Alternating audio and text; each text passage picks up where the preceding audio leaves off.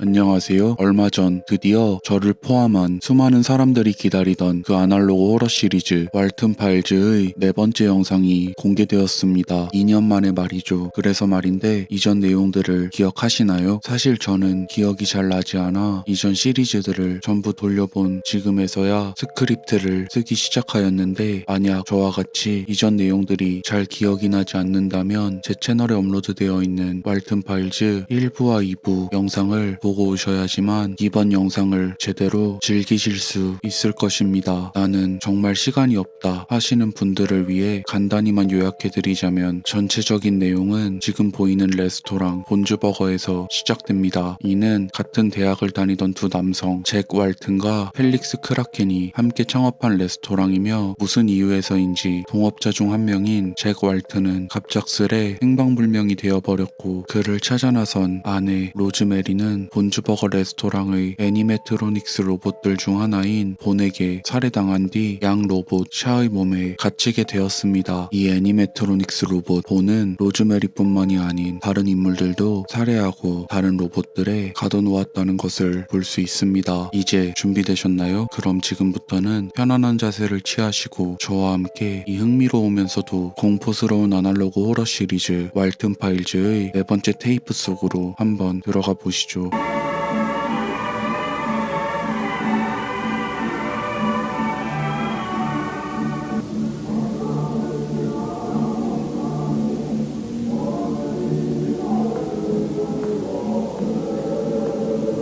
영상은 잭 왈튼의 두 자녀 에드와 몰리가 어딘가로 걸어가는 모습을 비춰주며 시작되는데, 바로 직전 영상의 마지막 장면을 기억하신다면 이 둘은 지금 어디로 걸어가고 있는지 어렴풋이나마 추측해볼 수 있습니다. 네, 이 둘은 학교에서 열리는 행사에 참여한 뒤 집에 데려다 주기로 약속한 펠릭스 삼촌이 있는 곳으로 걸어가고 있었던 것이었습니다. 하지만 안타깝게도 이 둘은 결국 집으로 돌아가지 못했지만 말입니다.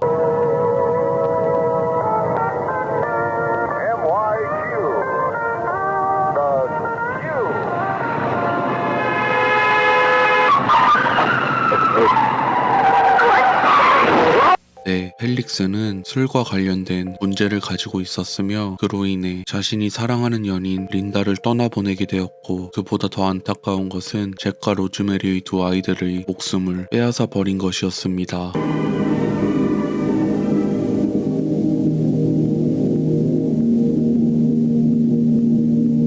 어쨌든 앞으로 걸어가던 두 아이들 주위에서 하얀 빛이 일어나기 시작하더니 이내 화면을 뒤덮고 안개가 자욱한 어느 초원이 등장하는데, 아마 이는 죽은 자들이 머무는 저승을 표현한 것으로 추측됩니다. 다음으로 우리에게 익숙한 왈튼 파일즈의 오프닝이 재생되다 이내 K9 창고 안에 보관 중인 것으로 추측되는 애니메트로닉스 로봇들의 모습이 보여지는데, 여기서 잠시 정리를 하고 가자면 본즈버거 레스토랑의 마스코트 애니메트로닉스 로봇들은 본, 부주, 베니, 샤 그리고 빌리가 있었는데, 전부 본에게 살해당한 인물들의 영혼이 갇혀있는 상태입니다. 본의 몸속에는 어떤 영혼이 갇혀있으며 도대체 그는 왜 이런 끔찍한 일들을 저지르고 있는 것일까요? 이 노트는 현재 부주의 몸 안에 갇혀버린 찰스 브룩이 1970년 10월 10일에 작성한 것이라고 합니다. 내용을 간단히만 요약해드리자면, 그는 얼마 전 이곳 본즈버거 레스토랑의 컴퓨터 관리자로 고용되었지만, 사실 그 이전부터 여기 관계자들과 이미 아는 사이였으며, 특히 수잔 우딩스와는 다른 곳에서 함께 일했었던 경험이 있다고 하였습니다. 이곳에서 일하게 된 것이 매우 기쁘며 미래는 엄청나게 밝을 것 같다는 그의 확신을 끝으로 애니메트로닉스 로봇들의 공연 장면이 재생됩니다.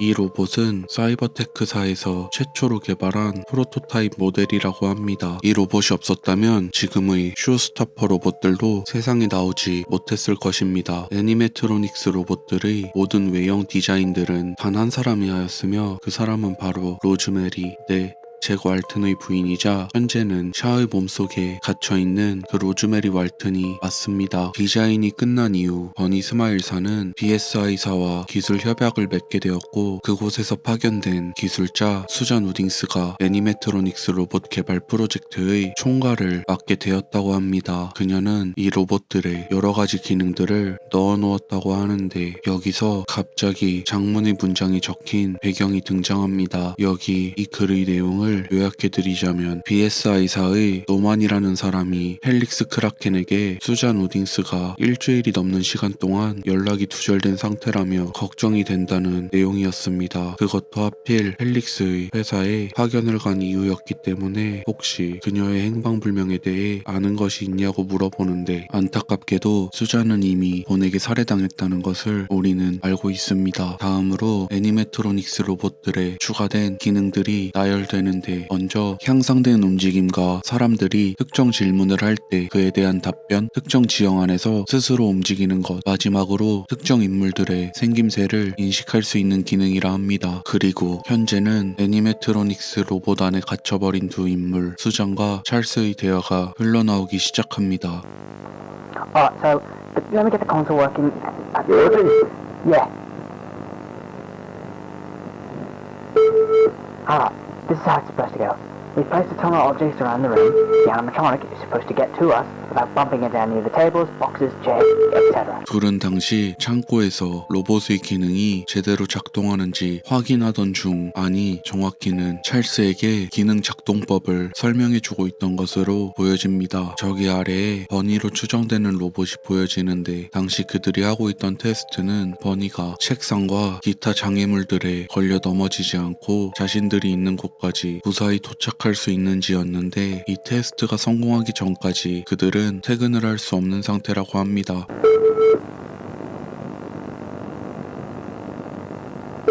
Alright, everything seems fine so far. Should the robot be so close to the table? I don't think sorry. It's kind of funny though. Where's the wrench? I'll check the drawer. I think the jack left. 그러다 갑자기 둘의 대화 주제는 바뀌어 버리고 Did Linda call? She did, yeah. I'm gonna be totally honest with you. Knowing Felix, he's probably drinking somewhere in town.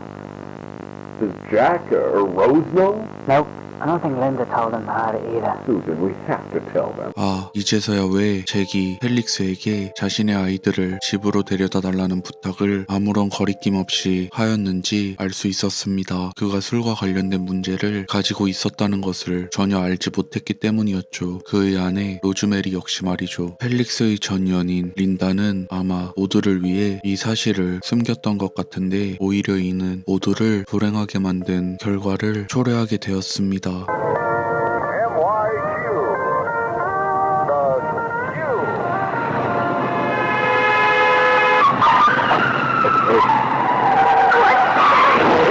이후 그 둘은 양 로봇 샤의 안면인식 기능을 테스트해보기 시작하는데 So, I'm checking my notes right now. What's up to this?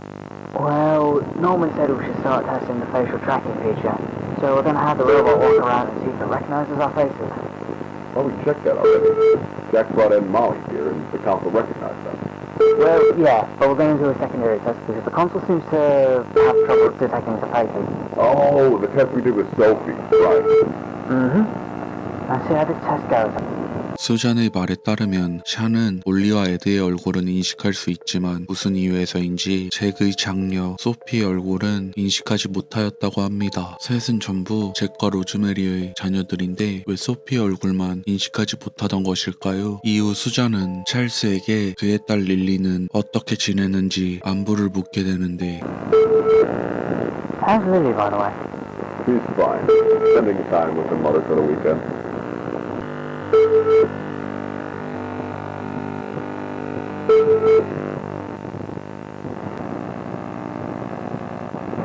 여기서 우리는 찰스의 딸아이 이름이 릴리라는 새로운 사실 한 가지를 알 수 있었습니다. 릴리는 이미 이전 영상에서 언급된 적이 있었는데 기억하시나요? What a wonderful surprise. I'm supposing you're here to help me set up Lily's birthday party, right? Wonderful. 둘 앞에 서 있는 로봇 샤는 수잔과 찰스의 얼굴을 인식하기 시작합니다.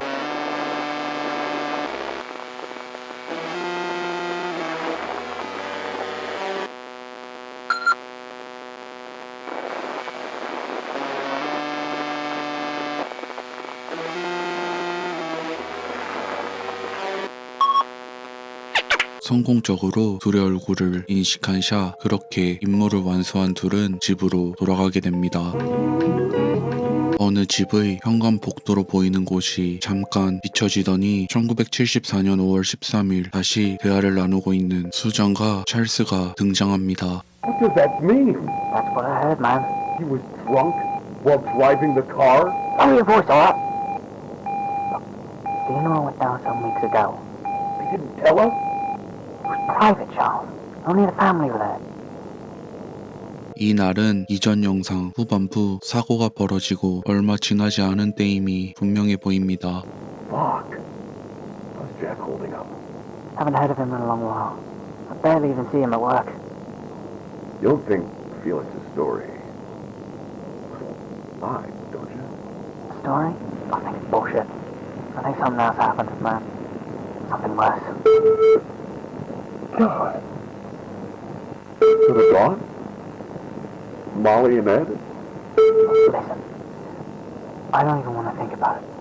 Sitting with that freaking fucking doll in the room. 술에 취한 채 차를 몰던 펠릭스는 사고를 내게 되었고 당시 뒷좌석에 타고 있던 에드와 몰리는 이로 인해 목숨을 잃었습니다. 여기서 수상한 점은 먼저 왜 에드와 몰리의 장례식이 비공개로 진행되었는지와 펠릭스는 아이들의 부모에게 어떤 변명을 하였기에 무사히 넘어갈 수 있던 것이며, 반면 수잔과 찰스는 그것이 전부 거짓말이라는 것을 어떻게 알고 있는 것일까요? 마지막으로 펠릭스는 에드와 몰리가 마지막까지 가지고 있던 인형 로켓을 왜 굳이 집어와 저기 구석에 놓아놓고 펠릭스와 로즈메리에게는 말하지 말라는 당부를 내렸던 것일까요? 그 이유는 알 수 없지만 이전 영상에서 우리는 죽은 에드와 몰리의 영혼이 로켓의 몸속으로 들어가는 장면은 볼 수 있었습니다.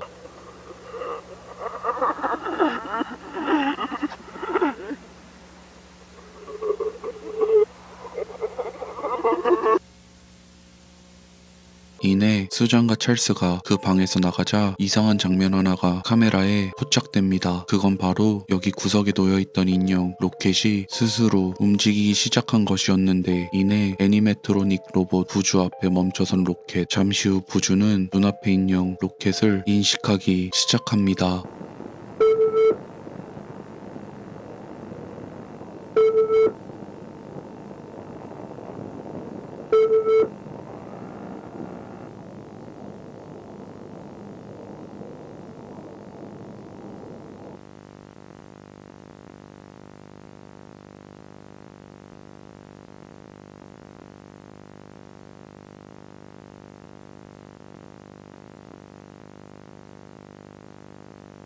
인식을 할 수 없다는 하단의 문구와는 달리 흉측한 모습을 한 두 인물의 흐릿한 얼굴이 등장하는데, 이전 스토리로 유추해 볼 때 이 둘은 아마 차 사고로 목숨을 잃은 에드와 몰리처럼 보여집니다. 그리고 여기 현재는 실종된 상태로 알려져 있는 잭 왈튼의 모습처럼 보이지 않습니까? 그 직후 프로토타입으로 소개되었던 로봇의 모습이 다시 등장하는데, 이는 혹시 잭 왈튼의 영혼은 이 프로토타입 로봇 속에 갇혀 있다는 의미는 아닐까요? 1974년 6월 30일, 기억이 날지는 모르겠지만 이 날은 본주버거 레스토랑이 개업한 뒤 처음으로 한 아이의 생일 파티가 열린 날인데, 그 아이의 이름은 제레미였습니다. 또한 수잔 우딩스가 본주에게 잔인하게 살해당한 뒤 버니 안에 강제로 집어넣어진 날이기도 하였죠. 사실 이전엔 그녀가 어떻게 살해당하였는지에 대해서는 자세히 알 수가 없었는데, 이 장면은 너무나도 혐오스럽기 때문에 부분적으로 모자이크 처리를 할 수밖에 없었다는 것을 이해해 주시면 감사하겠습니다.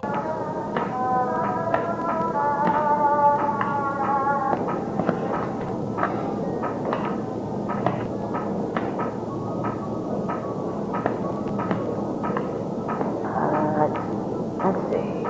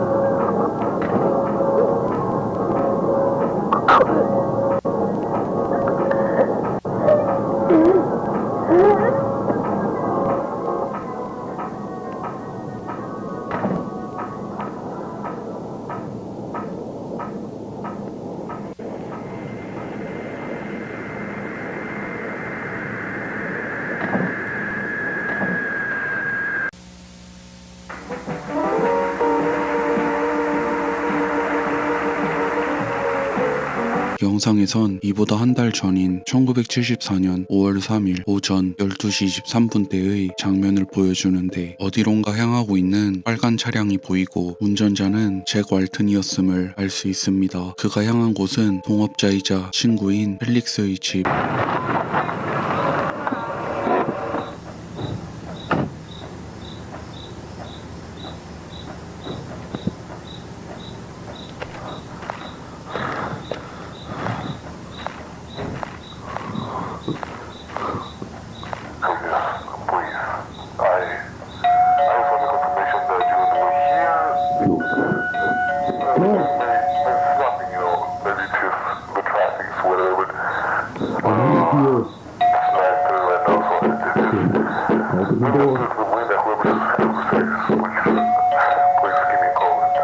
때는 펠릭스가 술을 먹은 채 잭의 두 자녀들을 태우고 운전을 하다 사고를 낸 지 몇 시간이 지난 후였습니다. 원래대로라면 집에 돌아왔어야 할 자신의 아이들이 보이지 않자 아이들과 함께 있었던 펠릭스에게 연락을 해보았지만 받지 않았고 그 때문에 무작정 그의 집으로 향한 것 같습니다. 문을 두드려 보지만 아무런 대답도 들려오지 않고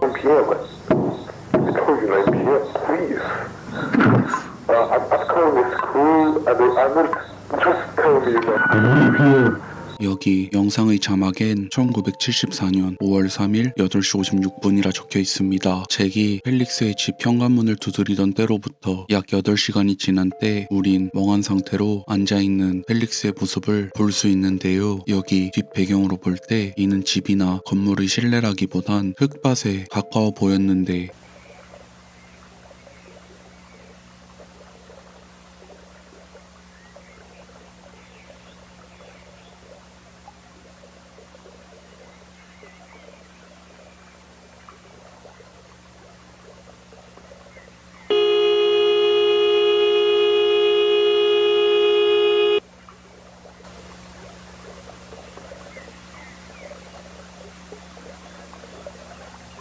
이로 볼 때 그는 자신이 들어갈 무덤을 판 뒤 그 안에 앉아있던 것임을 알 수 있습니다. 옆에 두 무덤들은 아마 불의 사고로 목숨을 잃은 에디와 몰리의 것이겠죠.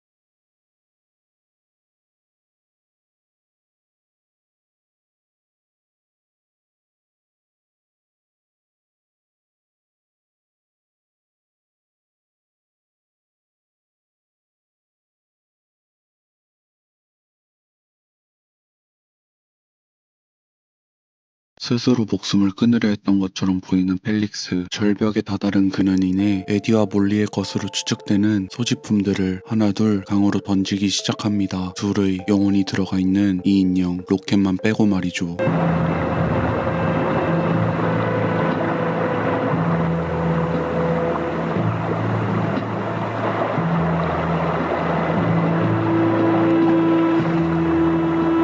이후 그 역시도 절벽 아래로 떨어지려는 듯한 행동을 보이는데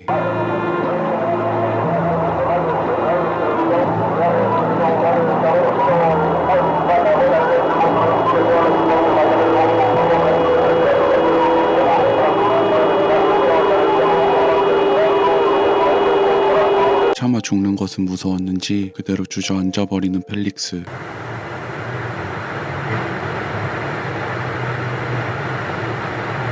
May 5th, 3 days after the accident. 1974년 5월 5일 비극적인 사고가 벌어진 지 3일이 지난 때 도대체 펠릭스는 어떤 거짓말로 잭과 로즈메리를 속인 것일까요? 이내 펠릭스의 독백이 흘러나오기 시작합니다. I haven't been able to sleep since last week. I finally told him what happened. It was in my office. It was the longest hour of my life. The most painful conversation I've ever had. pain in their eyes, the anger. They both hate me now. I have no idea what's going to happen to me now. My life, my business, everything. But the fact they're still buried down there. 여기 에디와 몰리는 여전히 그 숲속 깊숙한 곳에 묻혀 있다고 합니다. It haunts me every night. It's eating me up inside.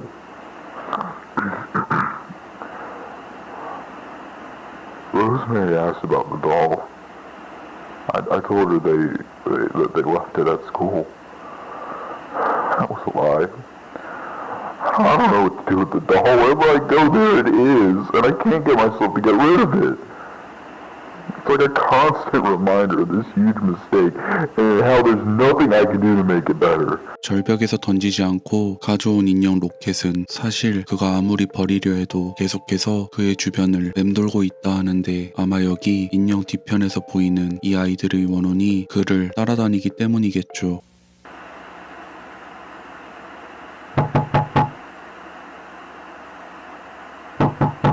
What?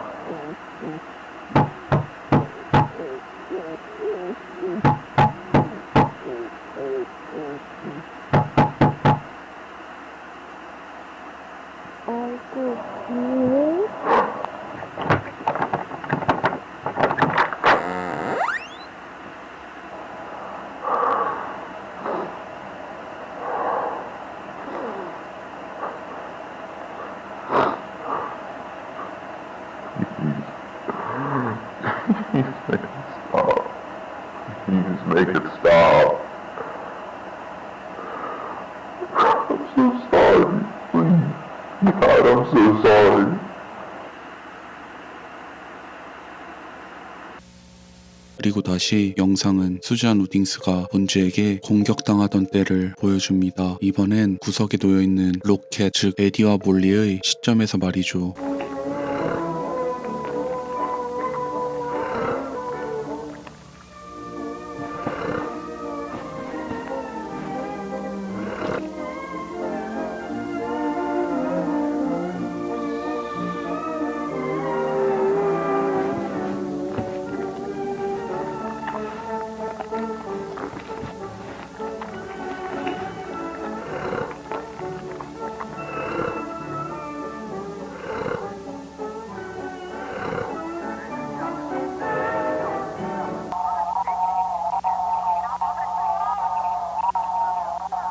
이전에 봤던 안개가 자욱한 초원이 펼쳐지고 에디와 몰리의 대화가 들려옵니다.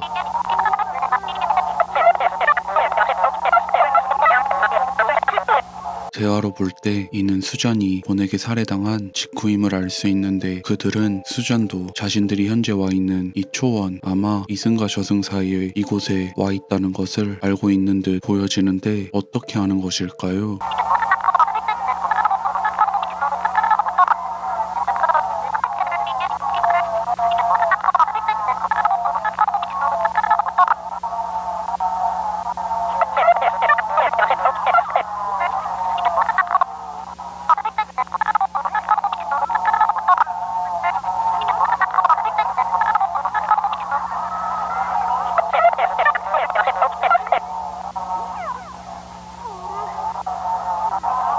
올리는 계속해서 수잔을 찾아 도와주려 하지만 에디는 이를 말리는데 아마 이는 본이라는 존재가 두렵기 때문인 것 같습니다. 여기서 의문인 점 한 가지는 에드와 몰리가 그녀를 찾는다 해도 어떻게 무엇을 도와줄 수 있다는 것일까요? 그리고 여기 본에 의해 끔찍한 모습이 되어버린 수잔이 등장합니다.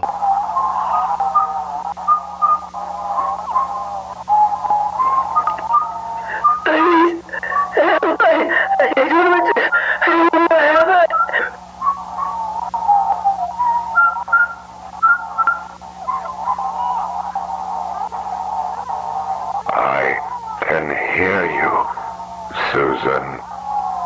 I'm here. Where are you? Please, where am I?